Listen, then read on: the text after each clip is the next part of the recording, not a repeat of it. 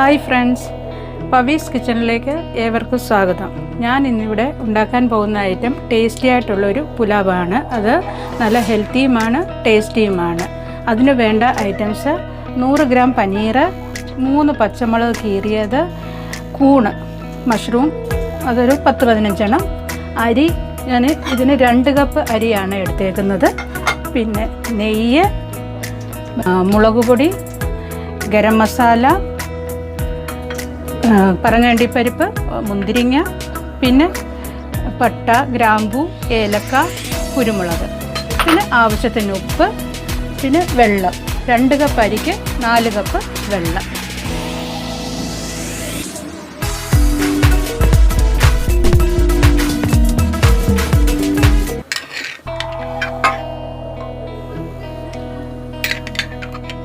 ഇതിന് 2 സ്പൂൺ നെയ്യാണ് ഞാൻ ഇതിൽ ചേർത്തിരിക്കുന്നത്. ഈ നെയ്യ് ചൂടായി കഴിയുമ്പോൾ എടുത്തു വച്ചിരിക്കുന്ന ഏലക്കായും കറുകപ്പട്ടയും കുരുമുളകും എല്ലാം കൂടി ഇതിനകത്തിട്ട് കൊടുക്കാം.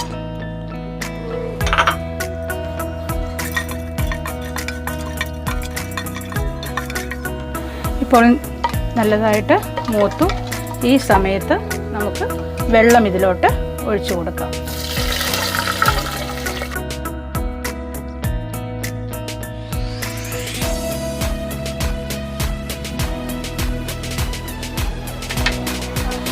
ഇനി നമുക്ക് ഇതിലേക്ക് കുറച്ച് ഉപ്പിട്ട് കൊടുക്കാം. ചോറിന് ആവശ്യമായിട്ടുള്ള ഉപ്പിടും.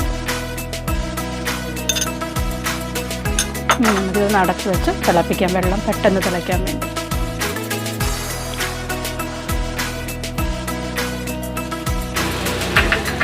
വെള്ളം ചൂടാകുന്ന സമയം കൊണ്ട് നമുക്ക് ഈ പറങ്ങാണ്ടിപ്പരിപ്പും മുന്തിരിങ്ങായും ഒന്ന് വറുത്തെടുക്കാം, കുറച്ച് എണ്ണ ഒഴിച്ച്.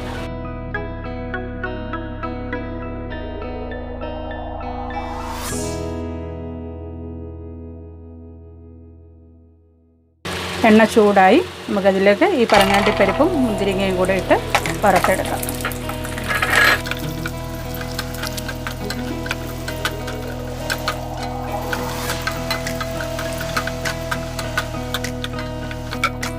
പറങ്ങാണ്ടിപ്പരിപ്പ് ഇപ്പം മൂത്തു. ഇനി അതൊരു വേറൊരു പാത്രത്തിലേക്ക് മാറ്റാം. വെള്ളം തിളച്ചോ എന്ന് നമ്മൾ നോക്കാം.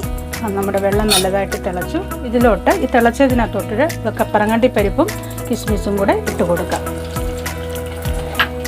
അതിലോട്ട് തന്നെ നമ്മൾ കഴുകി വൃത്തിയാക്കി വെച്ചിരിക്കുന്ന അരിയെ, കുതിർത്തിട്ടൊന്നുമില്ല, ഞാൻ കുതിർക്കാതെ കഴുകി വാരി വെച്ചതാണ്, ആ അരിയൂടെ ഇട്ട് കൊടുക്കാം.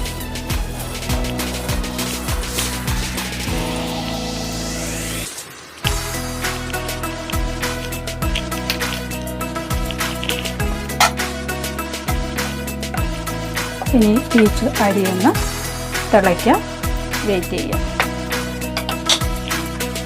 ഇതിലേക്ക് കുറച്ച് ഗരം മസാല ഇട്ട് കൊടുക്കണം. നല്ലതായിട്ട് തിളയ്ക്കാൻ വേണ്ടി ഞാനൊന്ന് അടച്ചു വെക്കുവാണ്.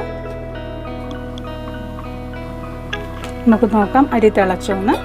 അരി നല്ലതായിട്ട് തിളച്ചു. ഇനി നമുക്കിത് ചെറിയ തീയിലിട്ട് വേവിക്കാം. ഏറ്റവും ചെറിയ തീയിലിട്ട് വേണം വേവിക്കാൻ. ഈ സമയം നമുക്ക് മഷ്റൂമും പനീറും ഒന്ന് വറുത്തെടുക്കാം. അതിന് വേണ്ടിയിട്ട് നമുക്ക് കുറച്ച് നെയ്യൂടെ ഇതിനകത്ത് ഒഴിച്ചു കൊടുക്കണം.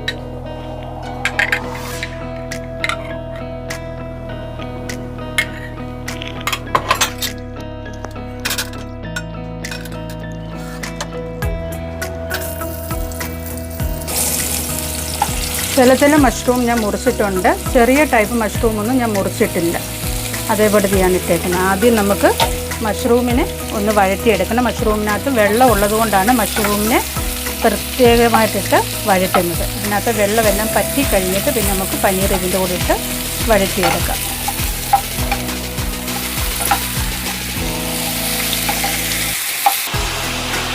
ഇപ്പോൾ കൂണിൽ നിന്നുള്ള വെള്ളമൊക്കെ ഇറങ്ങി. ഇനി ഈ വെള്ളം വറ്റുന്നിടം വരെ നമുക്ക് വെയിറ്റ് ചെയ്യണം. ഇപ്പോൾ നമ്മുടെ മഷ്റൂമിനകത്ത് വെള്ളമൊക്കെ പറ്റി ഒന്ന് ഫ്രൈ ആയിട്ട് വന്നിട്ടുണ്ട്. ഈ സമയം നമുക്ക് ഇതിലേക്ക് കീറി വെച്ചേക്കുന്ന പച്ചമുളകിടാം. അതിനെ കൂടിയിട്ടൊന്ന്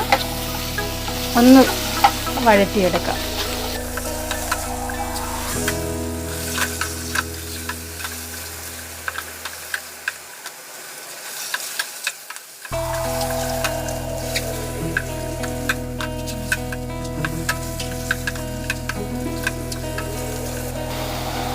ഇനി നമുക്കിതിലേക്ക് പനീർ കൂടെ ഇട്ട് കൊടുക്കാം.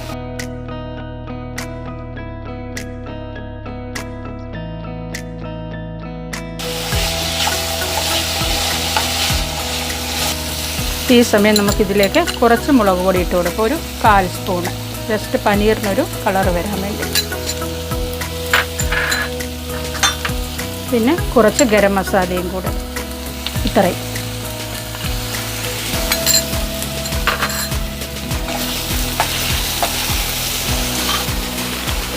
ഇനി കുറച്ച് ഉപ്പ് കൂടെ ഇട്ട് കൊടുക്കാം.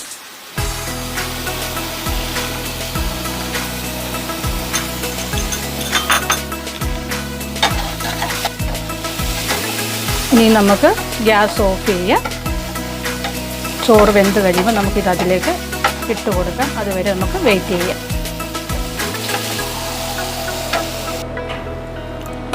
നമുക്ക് നോക്കാം ചോറിൻ്റെ വെള്ളമൊക്കെ പറ്റിയൊന്ന്. ഏകദേശം വെള്ളമൊക്കെ പറ്റി. ഈ സമയം നമുക്ക് ഈ പനീറും മഷ്റൂമും നമുക്ക് ഇതിലോട്ടൊന്ന് ഇട്ട് കൊടുക്കാം.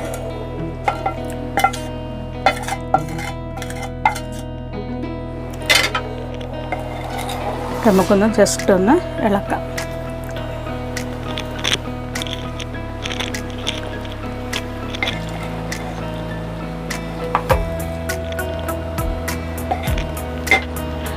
ഇത് നമുക്കൊരു 3 മിനിറ്റത്തേക്ക് ഒന്ന് ചെറിയ തീയിലിട്ട് ഒന്ന് അടച്ചു വെച്ചേക്കാം.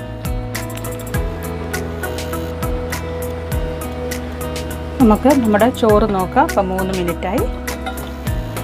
ചോറ് റെഡിയായി. ഇനി നമുക്കിതൊരു സെർവിങ് പ്ലേറ്റിലോട്ട് മാറ്റാം.